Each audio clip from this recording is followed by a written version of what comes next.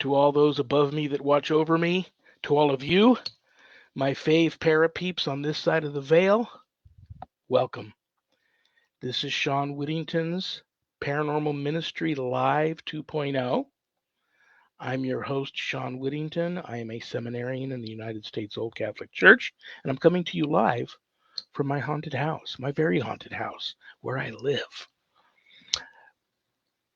I'm looking at the dream catcher, not spinning, and it does feel very quiet today. So I think it's going to be quiet once my special co-host comes on. I don't know if it'll stay that way. And today is First Friday, so it's Christian Supernatural, and my very special co-host is waiting in the green room. I will bring her right out.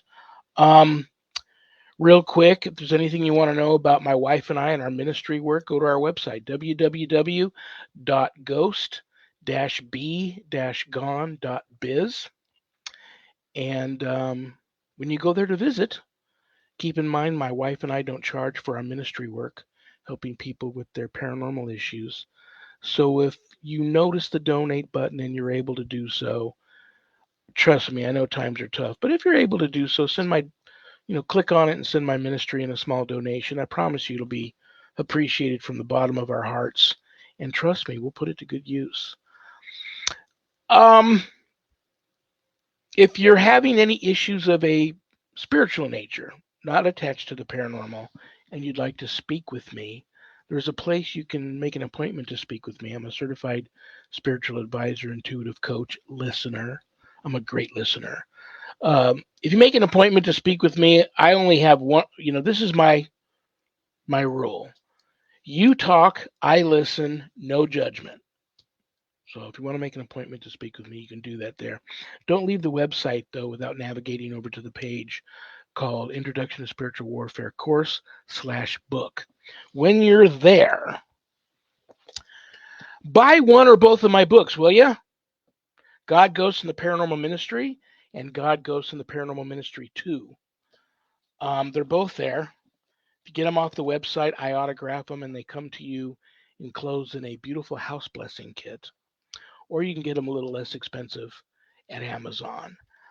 If you buy them from me, though, part of the proceeds of every sale of every copy of my books goes to support stjude.org, St. Jude's Children's Research Hospital, Nevada, and the ASPCA.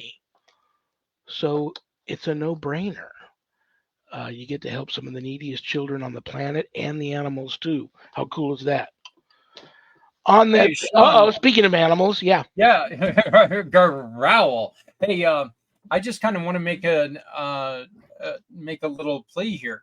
Once you buy your own book, gift somebody one, because Sean has generously donated 2 books to us that we are auctioning off so we can provide meals for families for the holiday season.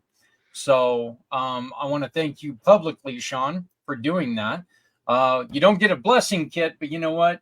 You get blessed because you're giving away books and you're helping out people. So if you want to take and place a bid for these after you bought your own to give it to somebody else, get a hold of me and let's hook up somebody else.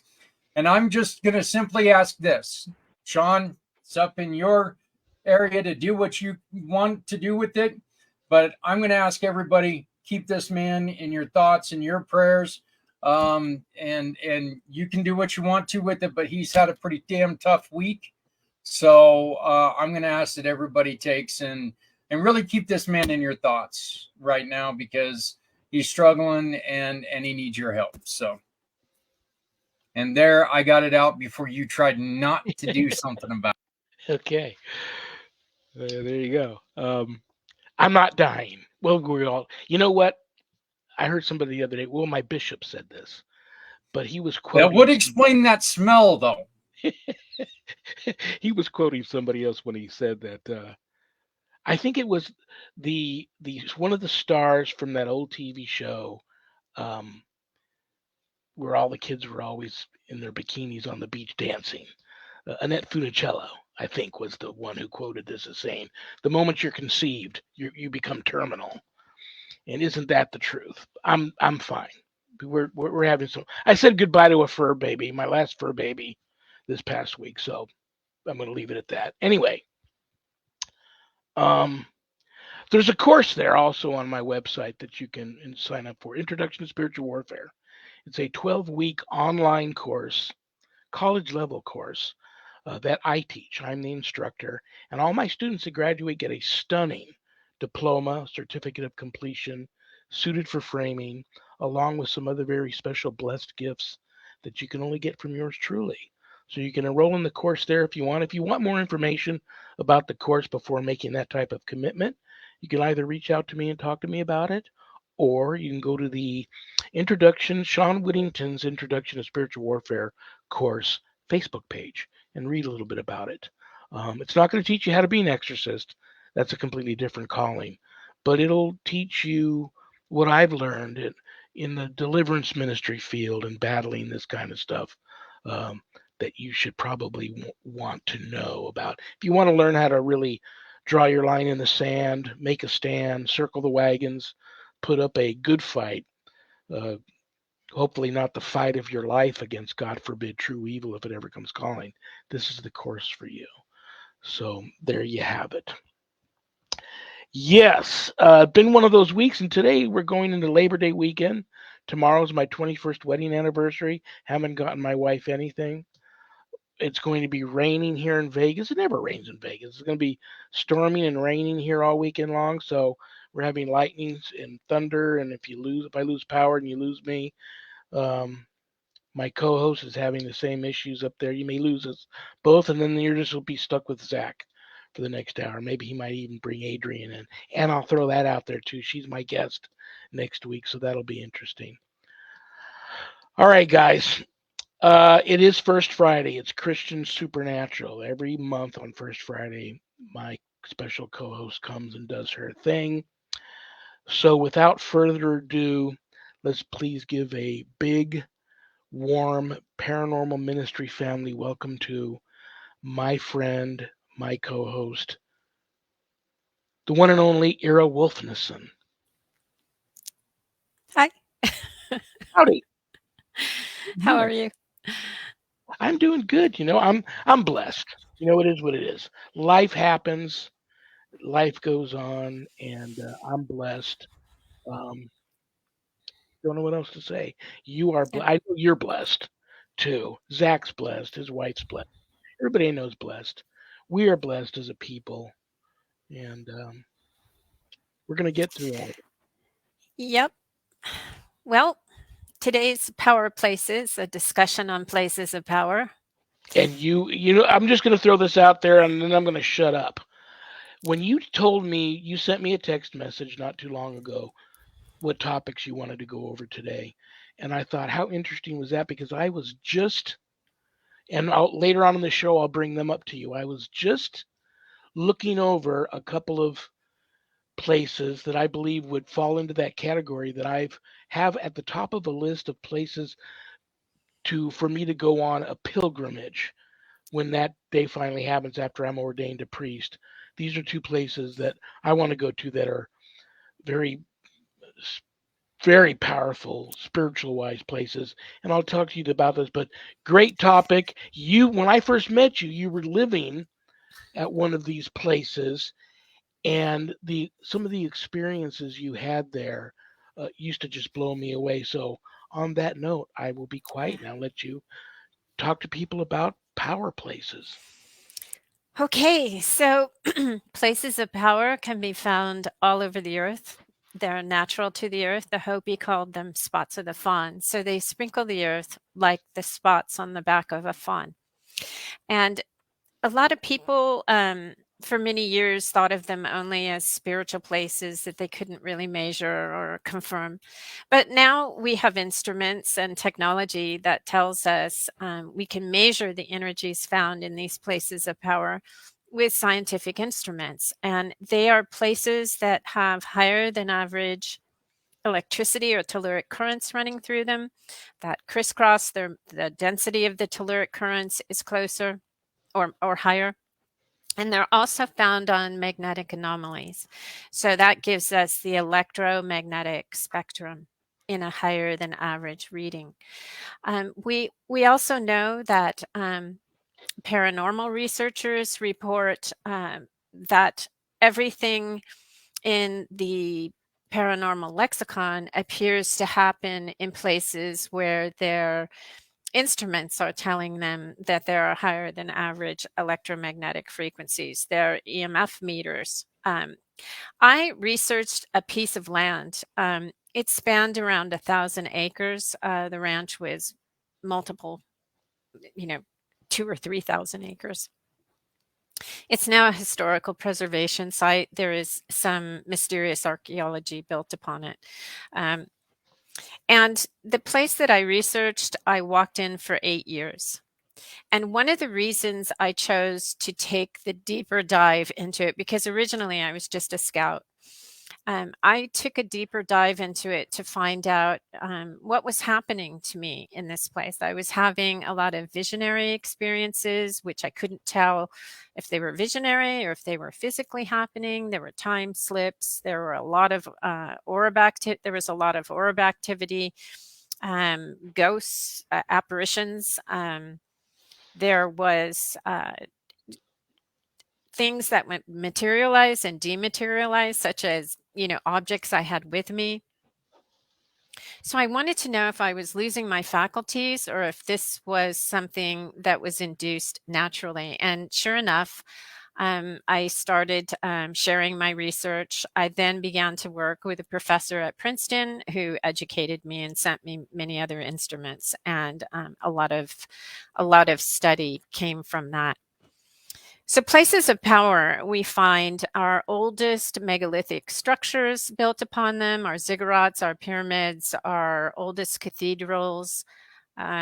We find some of the older cemeteries and the older estates in England, Ireland, Scotland. We find royal palaces, ancient royal palaces built upon them.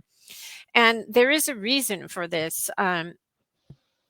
In these places, and as I've spoken of in past podcasts with you, these people were of higher education. They understood alchemy, which was the science of the day. They understood that chemistry plus consciousness could change the natural elements and manipulate the forces. So this was a form of magicka, of course, and the knowledge of magicka was very ancient. So these people were carrying an ancient wisdom when they started to utilize these places of power. 100% of our spiritual places are built upon places of power that have the higher than average readings that I just discussed. And the most important aspect of these places was they would commune with the gods. They could channel the gods easier. They could merge with gods. They could have religious experiences. They would have visionary experiences. And then also to perform magicka, which we've talked about coming down with the fallen angels, the 200 fallen on Mount Hermon. They realized that magic itself is much more efficacious, much more powerful when performed in these places. So this was a knowledge base that was so coveted and so secreted that we don't know how old it is. It goes back to ancient Egypt, of course, where we believe alchemy was birthed. But in truth, before Egypt was Egypt, we know it came from another civilization far older, because Egypt seemed to rise up fully formed with all of their magical practices and their knowledge. So as an ex-occultist, I'm Roman Catholic now. I know people probably already know that, but for those who don't, as an ex-occultist, I have seen in many of the orders, and the two orders that I belong to, the most coveted implements for ritual were all made of gold. You had gold tables, you had gold implements, pentacles, etc. And you have to think that if you're going to be operating in a place of power, which is a very conductive place, so your magic is tied in history with the gold implements to this place of power. I'm not getting this out right, but I'm going to swing around and make it connect. So places of power are found in places that have high readings of the telluric currents. These currents run over the land like water. And every morning at 3 a.m., the magnetosphere passes over the earth, passes over you. Anywhere you are on the planet at 3 a.m., the magnetosphere will electrify anything that will hold a charge, anything that will conduct. Places of power are very heavy in gold, silver, iron, lead, copper. These are all conductive metals. And so they're built on quartz crystal veins, which also conducts. So the conductivity aspect of it to create the electromagnetic frequency was very important to people who were practicing magicka, the ancient form of magicka. In fact, magic today is just a whisper of what it once was, because everyone at one time only did their magic in places of power. They didn't bother to go outside of them. In ancient Egypt, we would see people wearing, not just ancient Egypt, even the Hebrews and Israelites, the lamans of gold, the belts of gold, the headdresses of gold. Everything was about gold jewelry, gold bracelets, gold sandals, gold fingertips in Egypt. So these human beings, the priest class, was trying to become conductive also and become a part of that electromagnetic soup that was happening in places of power. So they were not only geomancing themselves. Well, we won't call it geomancing because that means earth, but they were geomancing the earth to increase and harness the energies in these places, i.e. creating the pyramid structure.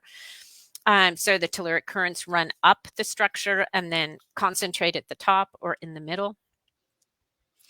And so the most important aspect of these places was everything happened in them but the kitchen sink. You could contact any god or goddess, commune with them, merge with them, do work with them, do magic with them. We've talked about this in other podcasts. But this is the mystery of why gold was so important in the ancient world. People say, well, in alchemy, people were trying to turn lead into gold, but that is a metaphor. Lead represents base consciousness. Gold represents spiritual consciousness. It's all tied together in the mythology. So they were really trying to become spiritual gold in these places. Very powerful. And of course, they ended up going down the rabbit hole of power and control, and that was not a good thing. Originally, God had created these places naturally with physical law as well as spiritual law. And I believe that they were created for times such as this. When things got really, really rough in the world and we forgot about God or we forgot our connection to the divine, we could go into these places and touch God himself. As we know, our cathedrals are built on them. They use sacred geometry. They've geomanced them. They've harnessed the energies. The people that built the cathedrals were from a line of Freemasons. We know that, occultists. They go all the way back to Egypt. The people that built the pyramids, they were stonemasons. One of the most important parts of these locations is that there's a lot of granite over underground water, underground streams, underground fault lines. Water is conductive. This creates the telluric currents in the magnetic anomaly, again, the electromagnetic frequencies. So this ancient lineage that was the wisdom that was preserved within it, we see it today in the high functioning occult aspect of Freemasonry. I don't think regular Freemasons know anything about it, as well as most occultists don't know to associate places of power or gold, the reason for it, with these places. It's pretty obscure and arcane knowledge. So in these places, people just going out into nature will come across one. You might be sitting in one right now and not even know it. Your house is haunted. You always come into the intro saying, I'm in my very haunted house. I often think privately in my mind, I wonder if it's on a power spot. And there's, you know, Because there's also plenty of elemental activity out there too. So I yeah, think so. and the spiritual or invisible nature is very much like visible nature. It's an ecosystem. So you think it's more so where I live as Mhm, opposed to me and yeah, my wife just being, for lack of a better term, conduits towards the spirits. I do. So the foundation of what happens to you is related to the land. So these places were originally created to commune with God the Creator in times of hardship when we didn't know about Him, we could have an encounter. Um, Most of the spiritual experiences recorded in the Bible or in ancient texts, you can almost guess, if you can't get the measurements, that they're on a place of power. The Dome of the Rock is a place of power. Some of our major cities, because of the Freemasonic lineage, are built on places of power, and then they're geomanced with the sacred geometry, the specific type of stone used, granite, over water. Um, it just seems to all be right in front of us and all woven together in this perfect tapestry, that everything spiritual revolves around these power spots. So something I noticed with places of power is everything but the kitchen sink happens to you in the lexicon of the paranormal. People will have ghost experiences. Things will materialize and dematerialize. They'll become more clairvoyant, more clairaudient, etc., more psychic. Um, there is a secret to going into them that don't let me forget to not talk about if I get on another tangent, because I didn't really have a lot of time to get this in order and prepare it properly. But everything but the kitchen sink happens. You see cryptids, Bigfoots, UFO experiences, orbs, you name it, bat squatch, whatever. People come up with things you've never heard of that they encounter in these places. And you have to ask yourself, well, why is this happening at ESETI Ranch? Why is this happening at Haunted House ABC? Why in Scotland and England in the ancient castles and fortresses that are built? It's a power place. It's a place of power. It's naturally made that way by the forces themselves, the earth itself. And it also does something else to us.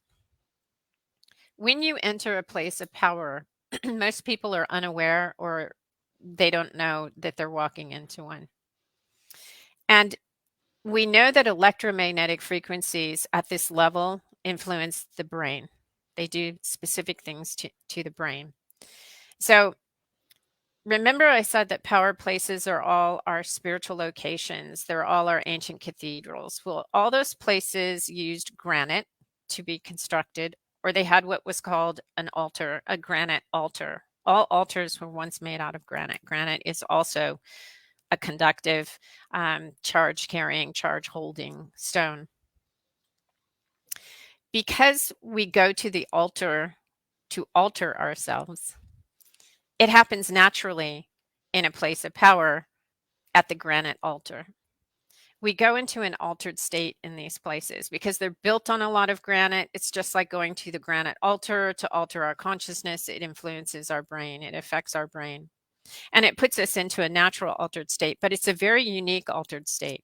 You can be walking through a place of power that has all the right characteristics and parts and pieces that construct it by nature, and you won't know that you're in an altered state. It is such a clear, um, subtle altered state.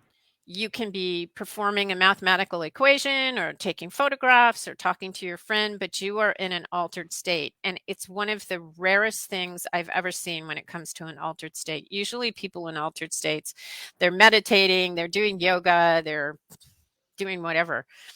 But in this, you can be functioning at a high level, a high intellectual level, and be in an altered state. Therefore, when I was out walking in this place for 8 years, and it took a while to get, it was cumulative. The longer I was in the place, the more these things happened to me. They didn't happen at the grocery store. They didn't happen at the gas station. They didn't happen, outside of it. But when I was in these places, I would see, hear, I mean, it was extraordinary. It didn't happen every day. It had to be at certain times of the day, or perhaps there were certain constellations that we know align, sometimes changing the energies. That's a little more metaphysical. But at certain times in the day, the magnetosphere has charged these places, so you are more influenced by it, and the altered state is definitely happening to you. Now, we also know that DMT, or N-dimethyltryptamine, is released in our brains every morning at 3 a.m. when we're dreaming. When the magnetosphere goes over the earth, wherever you are on the earth, it charges anything that will conduct electricity. You are conductive. You know that.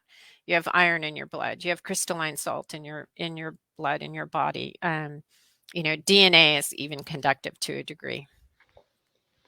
So DMT is released every morning at 3 a.m., but in these places, it can be released at any moment as the forces reach a certain level of influence. Everything, all plants and animals have DMT in their brains. They secrete DMT in their brains. Plants do, animals do. People know DMT as ayahuasca, Amanita muscaria, peyote.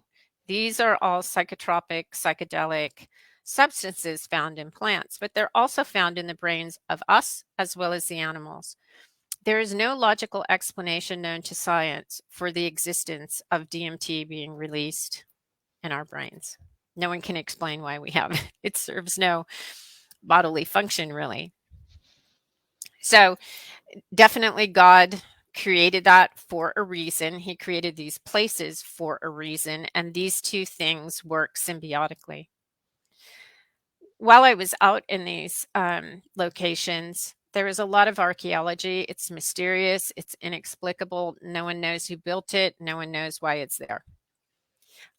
There were many stones called white fire stones that would mark burial sites or mark specific specialty sites. And these stones were white stone, regular granite andesite stones that were covered with a white substance that looked like paint was splattered on them. When we did the laboratory testing on this substance, it came back as quartz crystal, but it had been liquefied over 3 to 5, somewhere around 3 to 5,000 degrees to get it to melt and end up on the tops of these stones. Like it looked like white paint had been splattered, and it would drip down the sides of the megaliths. Obviously it came from a comet or some aerial phenomena, natural phenomena, but the quartz crystal also added, because quartz crystal is also will hold a charge. So this place that I was in, as I would reach, locate certain structures and certain archaeology, I would find these white firestones marking them. So clearly the people that built this site, they built lines and lines and lines of rock walls made out of andesite and granite. And these rock walls followed the telluric currents up and down the hills. Now, the hills were interesting too, because they were also mini magnetic anomalies, because they were volcanic fumaroles. So all volcanoes will create a magnetic anomaly. One of the biggest is, you can find them around Mount Shasta or Mount Adams or Mount Rainier, or, any of the famous mountains in the United States. When they're shaped in a parabolic way, it's not only a magnetic anomaly that's created, but the telluric currents run up to the top. And all the ancient people would tell you, wisdom sits in high places, or biblically, God lives on the top of mountains, or every culture believed gods lived in the mountains. Because when you went to the tip of these parabolically shaped hills, you would have a spiritual experience there as well, because it was within a magnetic anomaly, and the telluric currents, the electricity, would run like water up the sides. So in this place that I was in, the rock walls would follow the telluric currents. And if you want to study energy, you can study water. It moves the same way across the land, the telluric energy. And they would always end up at the top of the hills. So there's a lot of stories of people possibly geomancing these sites in order to bring more fertility, more happiness and peace into the people, because this type of energy, when it's done naturally by the earth, is very beneficial to our health, our fertility, our DNA. It affects us spiritually as well as physically. People went to these places for healings, not just spiritual experiences, or not just from the occult side, the darker experiences of communing with the gods and goddesses, which are fallen angels. I mean, these places are indifferent because it's the natural forces that sustain them, and the forces are indifferent. So when you go in making a choice. You either go in for something beneficial, or you can use them for pure evil, power, and control to do magicka, I guess is the point I wanted to make. But there is an antithesis to these two that is natural to the earth, which is called a geopathic stress line. And geopathic stress lines are also known as dragon lines. They are not an efficacious type of energy. Germany, the German government did a study on them, I'm going to say like 30, 20 years ago.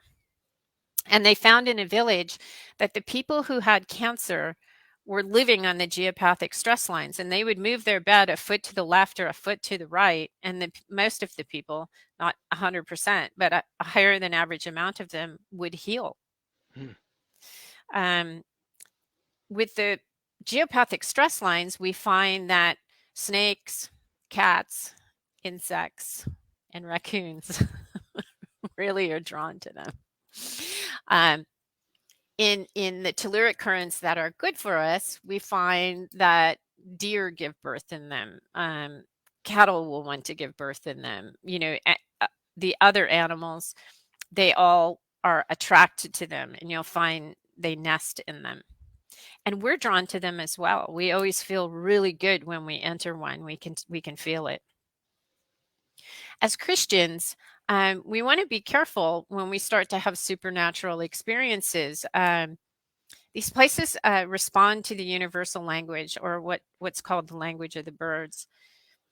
This is a universal archetype, a language based on universal archetypes of symbols and sigils, and all creations use this language to communicate. So what I mean by that is we see it in petroglyphs, in hieroglyphs, in runics, in Akkadian writing.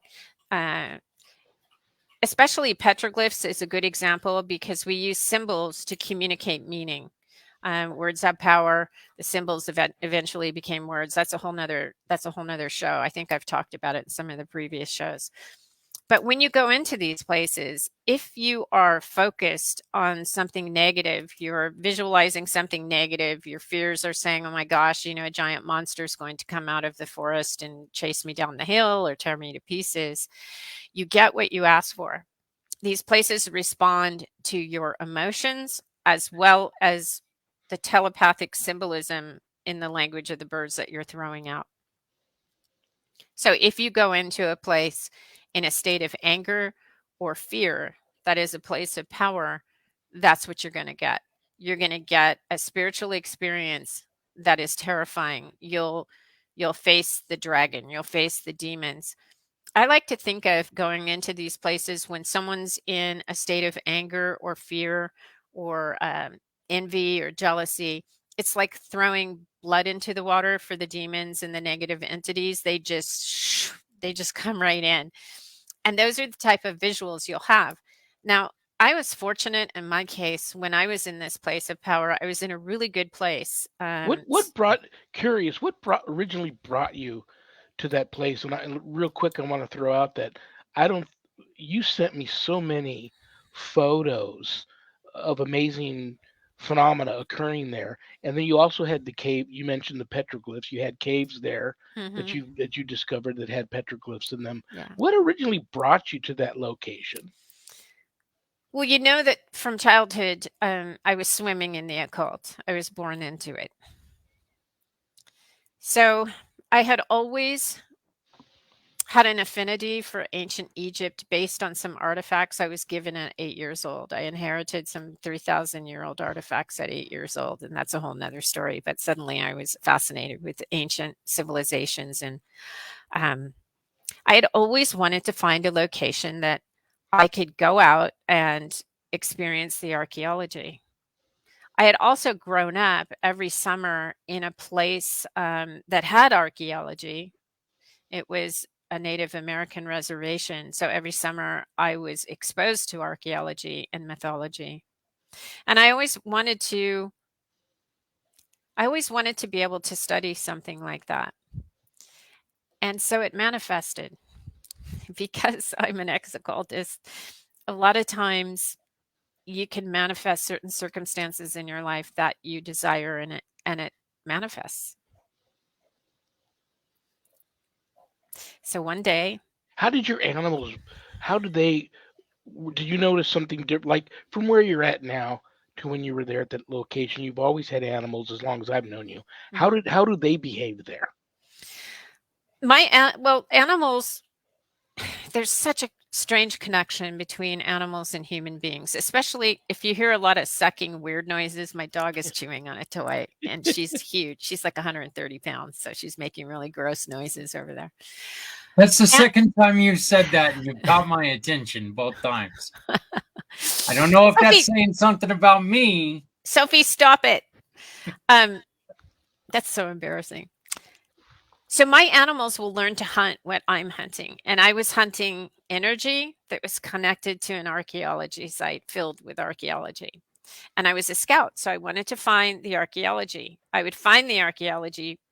When I found a measurement of energy, suddenly I would glance to my right or my left, and there would be archaeology. So the ancient people were also dowsing for the locations.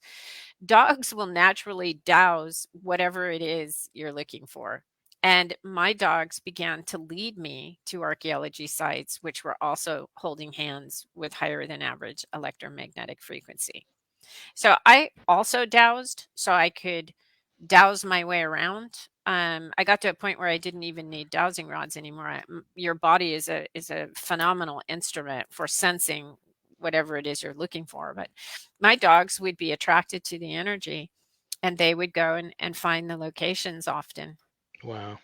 And they seem to genuinely enjoy being at those places, right? There's a good chance, Jennifer, there could be something under Silicon Valley, but it's probably created by technology that's trying to mimic these places of power. I often wonder if the pyramid was the only human manufactured, if it was made by humans and not fallen angels, but it's the only human manufactured place of power that we know of. I often wonder that, because they geomance these places and increased and harnessed these natural energies so finely tuned that, with technology today at the highest levels, we know there are occultists at these levels. We know they study the occult. We know the government studies the occult practices. So yeah, there could be there could be something under one of those things. Well, I don't know why I'm sitting here in the dark, apparently, but I mean, it's nice and bright when I look around, but it looks like I'm in the dark. But what are some of the places out there that you know of that that there's power under them? Because you just mentioned that, look, the Egyptians thought that the pyramids were they were an afterlife machine, basically. Yeah. Well, they're saying the same thing, really. When you think about merging with the gods, or channeling the gods, or the only way they have into this world really is through these places. These are doorways, and the door is just left open. It's just always open. You don't have to go do a ritual to open it up. It's just this is the weirdness of power places. This is why if you're in Yosemite, a lot of granite, a lot of underground water, a lot of minerals. So it's already naturally a power place. But people go missing in Yosemite. Look at David Paulides in 411. And okay, yes. So what about the triangle Is that The Bermuda Triangle, that's another one for sure. For sure. And I don't have measurements on these places. This conversation today is not my specialty. It was just my vocation. It was something that was in my life because I was an ex-occultist. I wasn't just any ordinary occultist. Well, they got triangles now. They're discovering all over the world, not just the Bermuda one. But Right. I'm also thinking of places like Taos, New Mexico, and I'm thinking of like Right. Stonehenge. Yes. Yeah, And they generally, if you don't see megalithic building on them or you don't see archaeology on them, believe me, it fell down, it got destroyed in a cataclysm, but people mark these places. And if they don't mark them, Sophie, stop making noises like so gross. She's licking her foot now. People will mark these places. Like I said, it can be so subtle. I would see the white firestones marking locations. And then when I would look closer, I would see donation stones or a cairn or an Inukshuk stack, something that would tell me, yeah, somebody is vision quested here or spiritually done worship there. I have another dumb question. You know you're going to get at least one or two dumb questions from me a show, but we always talk about this triangle or that triangle. Do you honestly believe that they are a legitimate triangle, and is there a reason for that, or could they No, be the no, Bermuda Circle or the Bermuda yeah, Box? these places, that's just how they vector in the things that have gone missing, or they vector in between certain points on the landscape. No, they're not shaped like a triangle. they're they blossom. They also experience entropy, where they go smaller. They will drift with whatever underground conductivity is happening. If the underground streams are drifting, I mean, dowsers can move streams. I know that's not scientifically appropriate to say, but I, I'm not a scientist and I don't really give a what about it. But when you've seen it happen, and people have seen dowsers move water a little to the left or a little to the right, and then they hit water. So these places move and drift with the natural forces and construction of the geology. They're not shaped like triangles. They can be in the haunted house that you go to cleanse or whatever. So Yes. you buy into the okay, I'm thinking of another term that people throw at this is portals. Do you buy into that, the portal theory? Yeah, portal's a rather cheesy way to describe it now because it's gotten into the mainstream and people that don't really know what they're talking about use that term. They're doorways. And that door is always open in places of power. Now, I'm not saying you can't see an apparition in a place that's not a place of power. I'm not saying you can't have a religious experience in a place that's not a place of power. I mean, God can do whatever he damn well pleases. But these places are there, for a reason. They're sort of like, in the positive sense, they're like a self-help place. You can go in and commune with the creator of the universe, with Jehovah or Yahweh, with God the Father. That's why our cathedrals are built upon them. But then you can also walk into this indifferent, very physical, something rooted in the physical realm. You can walk into these places and you can invoke Satan. You can invoke, any fallen angel, god or goddess you want to. And your magicka will be far stronger and far more. People just didn't even do magic outside of these places. They didn't bother. That's why they made the temples specifically the way they did. That's why they built their most important structures on them the way they did. That's why you could say Washington is built where it is and the way it is. If you look at the symbolism in Washington, it's this is the modern times compared to ancient times like Egypt.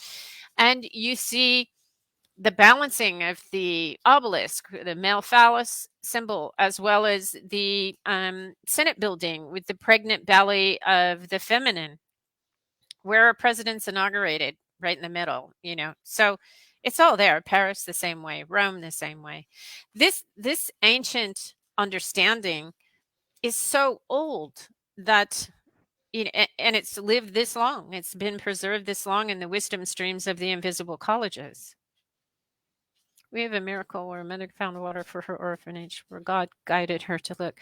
Yeah, Jennifer, for sure. Dowsing is a real thing. Yeah.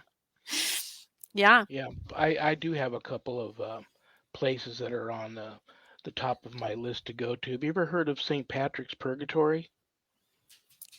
Is that a location? It's a little island. I think it's called Station Island, and it's in No. County Donegal, Ireland. But the only way you can get to this little island is by boat, Mhm. and they won't let you on the island with shoes on. There's no shoes allowed. So you get off the boat barefooted. Then the boat leaves and leaves you there for 3 days. So you just fast and pray. But there's a monastery there that uh, legend has it God brought St. Patrick's there and showed him the entrance to purgatory and instructed Oh, him to yeah. build a monastery over it Yeah, I to have keep heard the of dead this. from. Yeah, I I have heard of definitely this. want to go there. And then I want to go to. I've been invited to Molokai, which is a great honor. You can't get on Molokai because that was the Saint Damien started the monastery there for the lepers, and the whole island was like the leprosy colony back in the day. Everyone was sent there from the Hawaiian Islands. So I've been given permission by this one priest I still talk to go there, and that's got to be a very Yeah, powerful and those place are too. all on magnetic anomalies. They're volcanic. Also Saint Michael in Normandy or in Yeah, France. yeah, Yeah, they're all extinct volcanoes that it's the higher than average EMF combination. It's going to happen. And gold is important. Remember, I was talking about how the ancient, lords and kings all were infatuated with gold, and they would wear gold on their fingers, on their feet, and they would go in. They also consumed gold in Egypt. They wanted to be super conductive. They wanted to literally be the gods, or go to the gods and commune with the gods. They consumed a substance known as mufkuts. It's MFKTZ because we don't know the vowels that were used. They didn't use vowels like in Hebrew.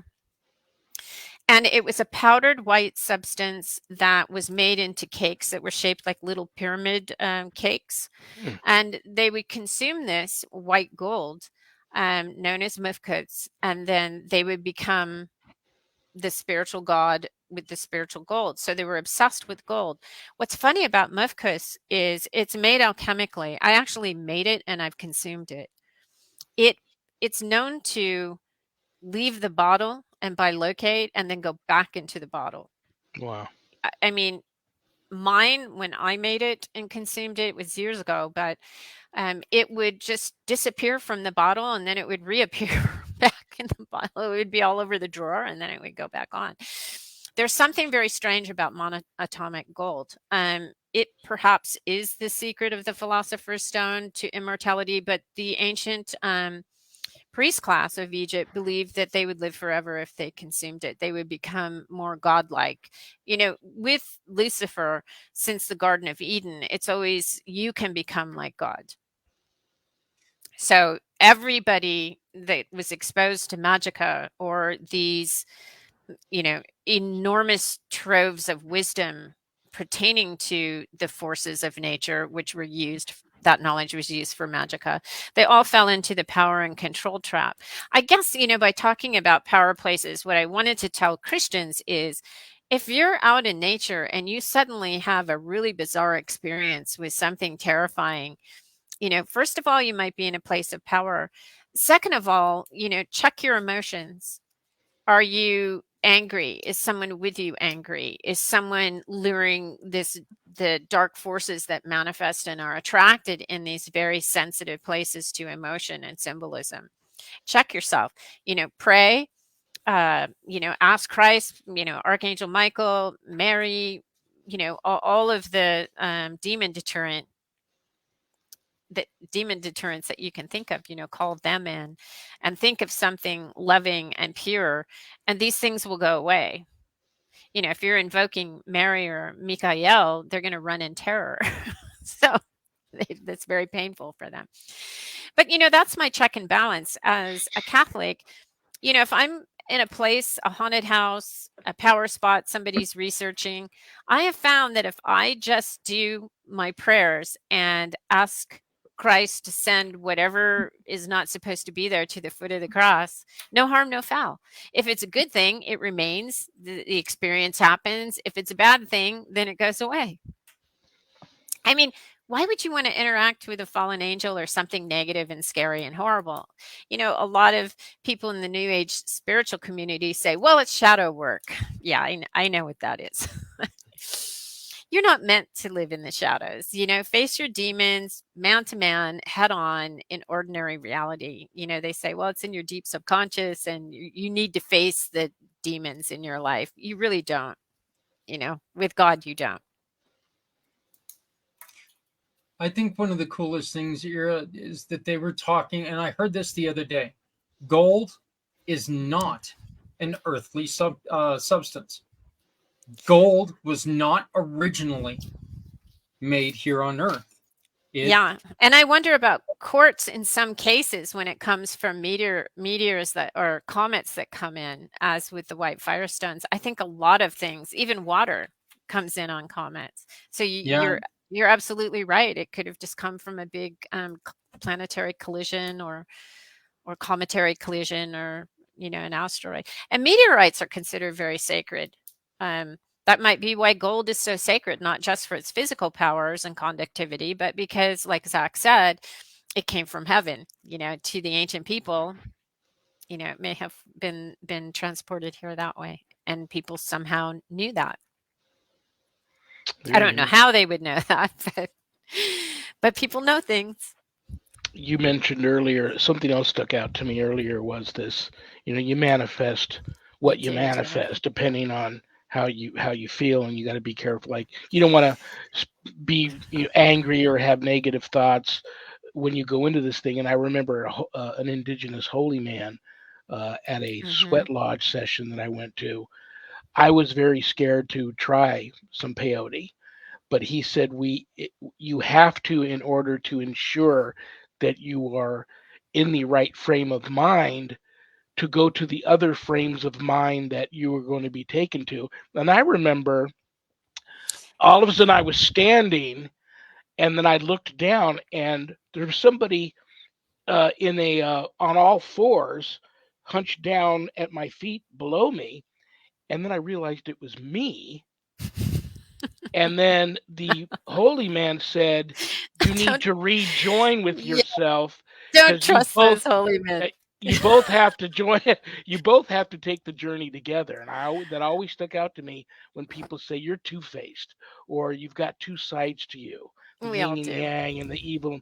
But you have to face that together. Yeah, two wolves inside and then when he goes walking out of the room, the wise man looked and goes, "Do you see the face of that white boy when I told him that?" I don't.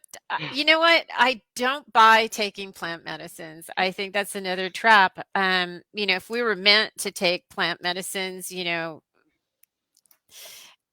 would have been more convenient for us to get them if God wanted us to have them. And that's why power places are there. You don't need that. It just opens you up in a natural, easy way. You're not under the power of the plant. That's domination by a plant. And the shamans are all like, oh no, you got to take this and go see what, happens. And you never know what you're going to get. It's like a box of chocolates. Again, no.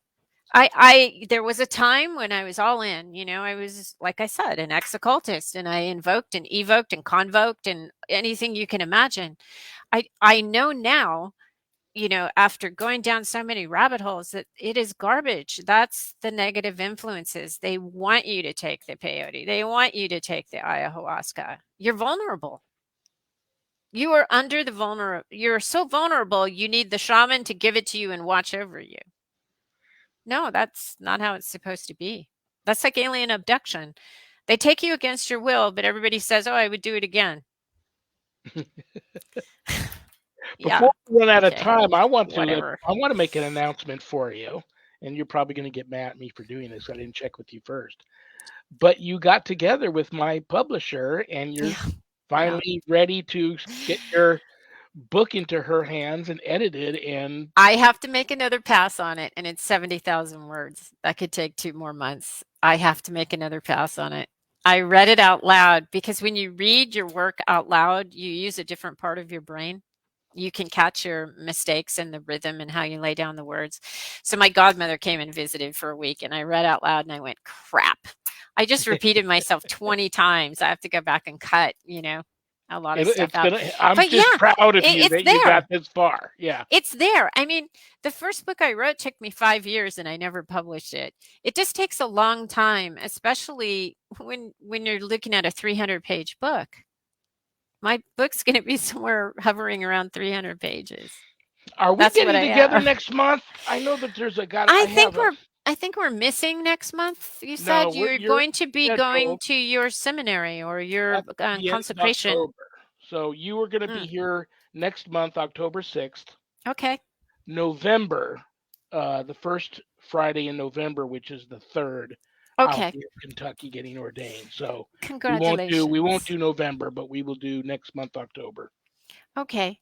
And I want to apologize. This was a really difficult subject to explain, and I kind of went all over the map, but I know there's a lot more to it, so just make a note if you nah, want to pick up where you left off. We can do that next month. well, normally I study and prep, and I didn't have the chance because my godmother was here recently visiting. So normally I prep a little better and get my notes straightened out, and I go in a sequential order. But I'm also known to go off on tangents because everything I talk about is so complex that it's just that's how it comes out.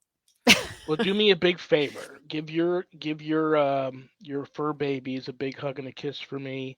You know I love you. You know I respect you. I can't wait till we get together next month on First Friday, and I want you to make sure you have a very wonderful and blessed holiday weekend. Thank you, Jennifer. Thank you. And God bless your puppy that you recently sent back to God. And I'm sorry for you. I feel your pain. It And is what God it bless is. everybody in the audience. See you next month. Alrighty. I'll see you later. Bye, Zach. Thank you. Bye-bye.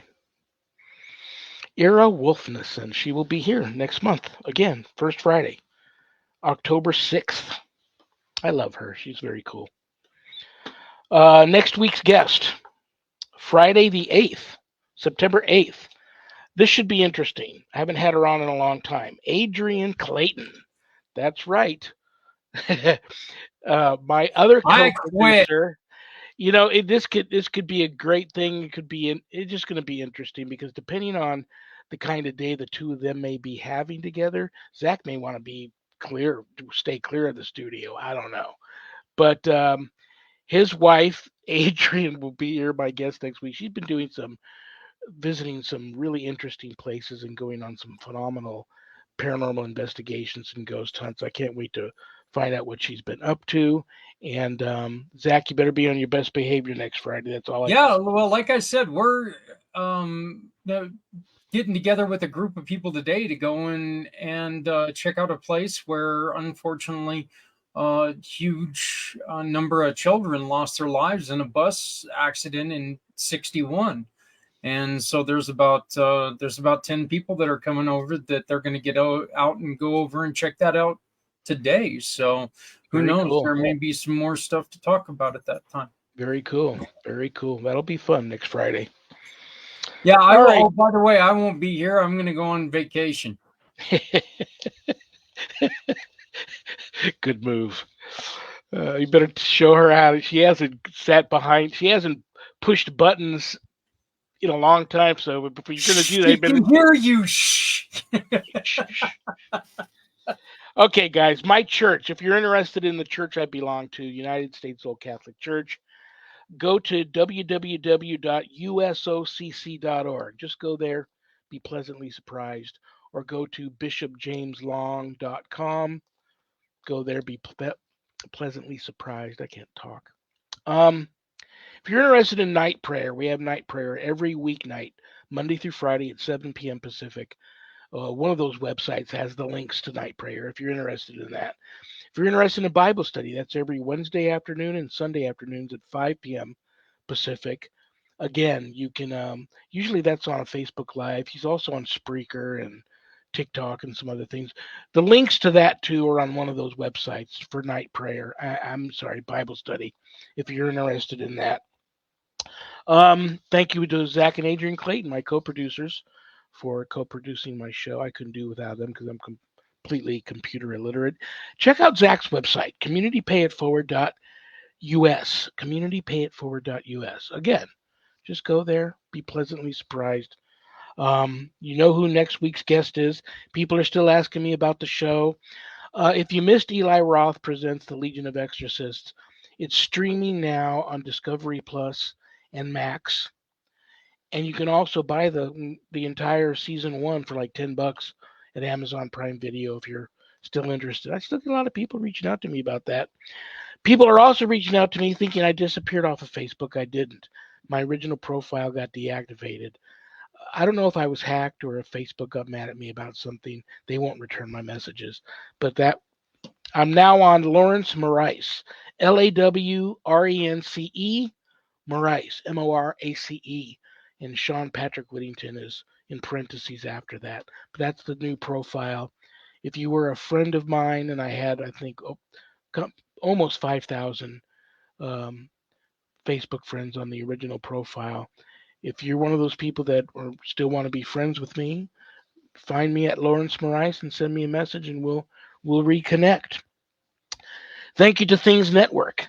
Thank you to Temple of Phoenix Rising Entertainment. Thank you to Skeleton Key Network. Thank you to PACT, little P, capital ACT, Podcasting for All Coming Together channel, for all these networks simulcasting my show. God bless you all for doing that. And it's bad joke time. I'm going to pull a bad joke that one of you sent in out of this Haunted Carnival Barker hat. It's my poor attempt to put a smile on everybody's face before I say goodnight and enjoy the long holiday weekend.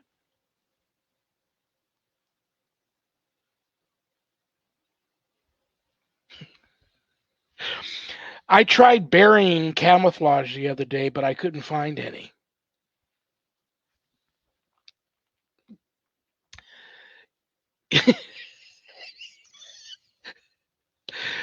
Good night, Danny. Good night, Jack. Good night, Dog. Good night, Harold. Rest in peace. Good night, Ernie. Good night, Bill. Good night, Dan.